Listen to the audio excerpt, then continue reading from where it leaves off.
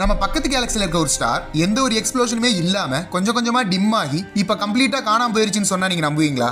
நம்ம பூமியில இருந்து சுமார் 2.5 மில்லியன் லைட் இயர்ஸ் தூரத்துல இருந்த இந்த ஸ்டார் பேர் தான் M31 2014 DS1. நம்ம சூரியனை விட சுமார் 20 மடங்கு அதிக மாஸ் இருக்க இந்த ஸ்டார் 2014ல திடீர்னு பிரைட்னஸ் அதிகமா எமிட் பண்றத சயின்டிஸ்டுங்க அப்சர்வ் பண்ணாங்க. இந்த ஸ்டார் எக்ஸ்ப்ளோட் ஆக போகுதுன்னு சயின்டிஸ்டுங்க நினைச்சிட்டு இருக்கும்போது திடீர்னு 2016ல இருந்து இந்த ஸ்டாரோட பிரைட்னஸ் கொஞ்சம் கொஞ்சமா கம்மியாகி 2023ல இந்த ஸ்டார் கம்ப்ளீட்டா டிசப்பியர் ஆயிருச்சு. எக்ஸ்ப்ளோஷனுக்கு ரெடியா இருந்த ஒரு ஸ்டாரோட கோர் அந்த ஸ்டாரை எக்ஸ்ப்ளோட் ஆக விடாம மொத்த ஸ்டார் ரெமனன்ஸையும் தனக்குள்ள இழுத்து டைரக்டா பிளாக் ஹோலா கன்வெர்ட் ஆகிற இந்த ரேர் ஈவென்ட்டை ஃபெயில்டு சூப்பர்னோவா அப்படின்னு சொல்லுவாங்க. இந்த M31 2014 DS1 ஸ்டார் ஃபெயில்டு சூப்பர்னோவாவை ட்ரிகர் பண்ணி பிளாக் ஹோலா கன்வெர்ட் ஆனதுதான் இந்த ஸ்டாரோட டிசப்பியரன்ஸுக்கு காரணம்னு 2024ல சயின்டிஸ்டுங்க ரிப்போர்ட் பண்ணிருக்காங்க. ஒரு ஸ்டாரோட மேக்ஸிமம் ரெமனன்ஸை யூஸ் பண்ணி பிளாக் ஹோலை உருவாக்குற இந்த ஈவென்ட்டை ஸ்டடி பண்றது மூலமா பல வருஷமா மிஸ்ட்ரியா இருக்க சூப்பர் மேசிவ் பிளாக் ஹோல்ஸோட ஆரிஜினை பத்தி நம்ம தெரிஞ்சுக்க வாய்ப்பு இருக்குன்னு சயின்டிஸ்டுங்க நம்புறாங்க. நம்ம யூனிவர்ஸ்ல ரொம்ப டிஸ்டன்ஸ்ல இருக்க கேலக்சில நடக்கிற சூப்பர்னோவாஸ் அப்சர்வ் பண்றது மூலமாவும் நம்ம யூனிவர்ஸ் உருவான டைம்ல எமிட் ஆன cosmic microwave background radiations observe பண்ணது மூலமாவும் நம்ம யூனிவர்ஸோட எக்ஸ்பான்ஷன் ரேட்டை சயின்டிஸ்டுங்க கால்குலேட் பண்ணி உருவாக்குனது தான் ஹபிள்ஸ் கான்ஸ்டன்ட். அதை பொறுத்த வரைக்கும் நம்மளோட யூனிவர்ஸ் நம்ம எர்த்ல இருந்து ஒவ்வொரு 3.3 மில்லியன் லைட் இயர்ஸ் டிஸ்டன்ஸுக்கும் 73 கிலோமீட்டர் பெர் செகண்ட் வேகத்துல எக்ஸ்பேண்ட் ஆயிட்டு இருக்குன்னு சயின்டிஸ்டுங்க கண்டுபிடிச்சிருக்காங்க. இந்த யூனிவர்ஸ் எக்ஸ்பான்ஷன் ஆகிற ஸ்பீடை வச்சும் 2024ல ஜேம்ஸ் வெப் டெலஸ்கோப் மூலமா சயின்டிஸ்டுங்க அப்சர்வ் பண்ணி அனலைஸ் பண்ண ஒரு டிஸ்டன்ட் கேலக்சியோட லைட் டேட்டா வச்சோம் இது வரைக்கும் அப்சர்வ் பண்ணாத அளவுக்கு டிஸ்டன்ட்ல இருக்க ஒரு கேலக்சியை சயின்டிஸ்டுங்க கண்டுபிடிச்சிருக்காங்கன்னு சொன்னா நீங்க நம்புவீங்களா?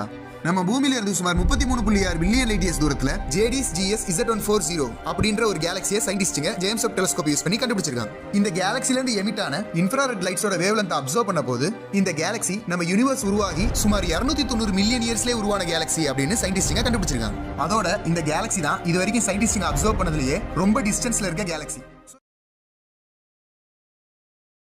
பிளானட்ஸ் எப்படி உருவாகுதுன்னு சயின்டிஸ்டுங்க எல்லாம் சேர்ந்து ஒரு தியரிட்டிக்கல் மாடல் ரெடி பண்ணி அதை வச்சு தான் மற்ற ஸ்டார் சிஸ்டத்துல இருக்க எக்ஸோ பிளானட்ஸை ஸ்டடி பண்றாங்க. 2024ல ஏற்கனவே கண்டுபிடிச்ச ஒரு 3 பிளானட்ஸோட டேட்டாவை அனலைஸ் பண்ண போது இப்படி ஒரு பிளானட்ஸ் உருவாகிறதுக்கு வாய்ப்பே இல்லைன்னு சயின்டிஸ்டுங்களே ஷாக் ஆன ஒரு மூமெண்ட் நடந்துச்சுன்னு சொன்னா நீங்க நம்புவீங்களா?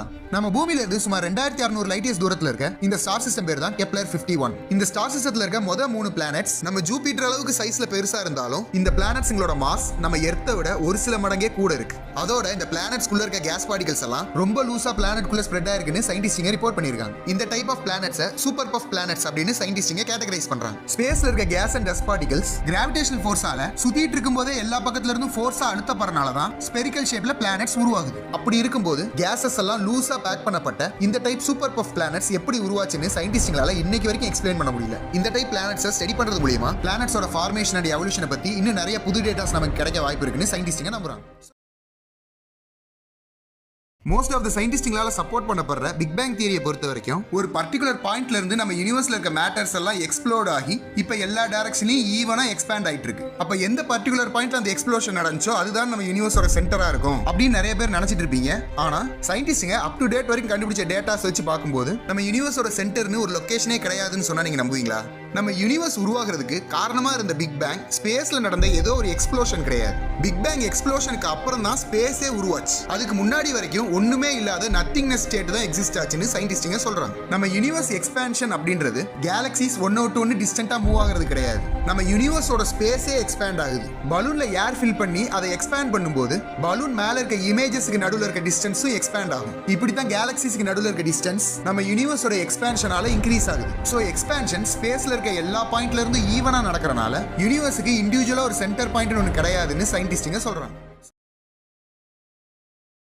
நம்ம சூரியனை விட 10 மடங்குக்கு மேல மாஸ் அதிகமா இருக்க ஸ்டார்ஸ் எல்லாம் அதுங்களோட லைஃப் டைம் முடிஞ்ச உடனே எக்ஸ்ப்ளோட் ஆகி நியூட்ரான் ஸ்டாராவோ இல்ல பிளாக் ஹோலாவோ உருவெடுக்கும். நம்ம சூரியன் அளவுக்கு மாஸ் இல்ல அதுக்கும் கம்மியா மாஸ் இருக்க ஸ்டார்ஸ் எல்லாம் அதுங்களோட லைஃப் டைம் முடிஞ்ச உடனே அதுங்களோட அவுட்டர் லேயரை எஜெக்ட் பண்ணிட்டு ஒயிட் டுவார்ஃப் ஸ்டார்ஸா உருவெடுக்கும். இப்படி எல்லா ஸ்டார்ஸுமே அதோட லைஃப் டைம் முடிஞ்ச உடனே வேற ஒரு செலஸ்டியல் பாடியா மாறும்போது பைனரி ஸ்டார் சிஸ்டத்துல இருக்க ஒயிட் டுவார்ஃப் ஸ்டார்ஸ் மட்டும் தன்னோட லைஃப் டைம் முடிஞ்சு எக்ஸ்ப்ளோர்ட் ஆனதுக்கு அப்புறமும் திருப்பி அதே ஒயிட் டுவார்ஃப் ஸ்டாரா உருவெடுக்குதுன்னு சொன்னா நீங்க நம்புவீங்களா? பைனரி ஸ்டார் சிஸ்டத்துல இருக்க ஒயிட் டுவார்ஃப் ஸ்டார் தன்னோட கம்பேனியன் ஸ்டார் மெட்டீரியல்ஸை கிராவிட்டியால கண்டினியூஸா கன்சியூம் பண்றத சயின்டிஸ்டுங்க அப்சர்வ் பண்ணாங்க. ஒரு கட்டத்துக்கு மேல இந்த white dwarf star thermonuclear pressure தாங்க முடியாம எக்ஸ்ப்ளோர்ட் ஆகி அந்த ஸ்டார் ரெமனன்ஸ்ல இருந்து மறுபடியும் இந்த ஒயிட் டுவார்ஃப் ஸ்டார் உருவாகிறத சயின்டிஸ்டுங்க கண்டுபிடிச்சாங்க. தன்னோட லைஃப் டைம் முடிஞ்சு எக்ஸ்ப்ளோர்ட் ஆனதுக்கு அப்புறமும் அந்த ஒயிட் டுவார்ஃப் ஸ்டார் அதோட கம்பேனியன் ஸ்டாரை டோட்டலா கன்சியூம் பண்ற வரைக்கும் திருப்பி உருவாகி வரதுனால இந்த டைப் ஆஃப் ஸ்டார்ஸ்க்கு சயின்டிஸ்டுங்க ஜாம்பி ஸ்டார்ஸ் அப்படின்னு பேர் வச்சிருக்காங்க. இந்த டைப் ஸ்டார்ஸ் ஸ்டடி பண்றது மூலமா ஸ்டார்ஸோட எவல்யூஷனை பத்தி இன்னும் கிளியரா அண்டர்ஸ்டாண்ட் பண்ணிக்க முடியுதுன்னு சயின்டிஸ்டுங்க சொல்றாங்க. நம்ம பூமியில இருந்து சுமார் 1,60,000 லைட் இயர்ஸ் தூரத்துல இருக்க இந்த கேலக்சி பேர் தான் லார்ஜ் மெஜல்லனிக் கிளவுட் கேலக்சி. இந்த கேலக்சிக்குள்ள இருக்க R136 அப்படின்ற ஸ்டார் கிளஸ்டர்ல இருந்து 55 ஸ்டார்ஸ் தூக்கி எறியப்பட்டிருக்குன்றத அக்டோபர் 2024 ஜியா ஸ்பேஸ் டெலஸ்கோப்பை யூஸ் பண்ணி சயின்டிஸ்டுங்க கண்டுபிடிச்சாங்க. R136 ஸ்டார் கிளஸ்டர்ல யங் ஸ்டார்ஸ் ரொம்ப ஹை ஸ்பீட்ல உருவாகி அந்த ஸ்டார் கிளஸ்டரோட கிராவிட்டியை தாக்கு பிடிக்க முடியாம ஸ்லிங் ஷாட் பண்ணப்பட்டு அந்த கேலக்சியை விட்டே தூக்கி எறியப்படுது அப்படின்னு சயின்டிஸ்டுங்க ரிப்போர்ட் பண்ணியிருக்காங்க. இந்த மாதிரி தூக்கி எறியப்படுற யங் ஸ்டார்ஸ் 1,00,000 km/h வேகத்துல இன்டர்ஸ்டெல்லார் ஸ்பேஸ்ல டிராவல் ஆகி ஒரு சில மில்லியன் இயர்ஸ்லயே அதோட லைஃப் ஸ்பேனை கம்ப்ளீட் பண்ணி சூப்பர் நோவாவா எக்ஸ்ப்ளோட் ஆகும். இந்த எக்ஸ்ப்ளோஷன்ல இருந்து கார்பன், ஆக்சிஜன், அயன்ற மாதிரி எலமெண்ட்ஸ் எல்லாம் உருவாகி அது மூலியமா ஸ்டார்ஸ், பிளானட்ஸ், லைஃப் உருவாகிறது கூட வாய்ப்பு இருக்குன்னு சயின்டிஸ்டுங்க ரிப்போர்ட் பண்ணியிருக்காங்க. சோ நம்ம சோலார் சிஸ்டம் கூட இந்த மாதிரி தூக்கி எறியப்பட்ட ஒரு ஸ்டார்ல இருந்து உருவாகி இருக்க வாய்ப்பு இருக்குன்னு சயின்டிஸ்டுங்க இந்த ரன்னவே ஸ்டார்ஸை பத்தி இன்னும் டீப்பா அப்சர்வ் பண்ணி ரிசர்ச் பண்ண ஆரம்பிச்சிருக்காங்க.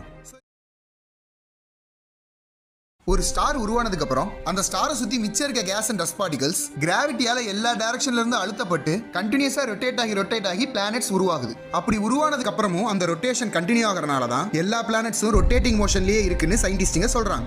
இப்படி பல பில்லியன் வருஷமா சுத்திட்டு இருக்க நம்ம பூமி திடீர்னு சுத்துறதை நிப்பாட்டுச்சுன்னா என்ன ஆகும்? சுமார் 1700 km/h வேகத்துல வெஸ்ட்ல இருந்து ஈஸ்ட் சைடை நோக்கி சுத்திட்டு இருக்க நம்ம பூமி திடீர்னு சுத்துறதை நிப்பாட்டுச்சுன்னா பூமிக்கு மேல இருக்க எல்லாமே 1700 km/h வேகத்துல வெஸ்ட் சைட்ல இருந்து ஈஸ்ட் சைடுக்கு தூக்கி எறியப்படும். பூமிக்கு மேல இருக்க அட்மாஸ்பியர் 1700 km/h வேகத்துல வீசி பூமிக்கு மேல இருக்க எல்லாத்தையும் அழிச்சிடும். சுனாமி அலைகள் உருவாகி நிலப்பரப்பு கடலுக்குள்ள முங்கிரும்.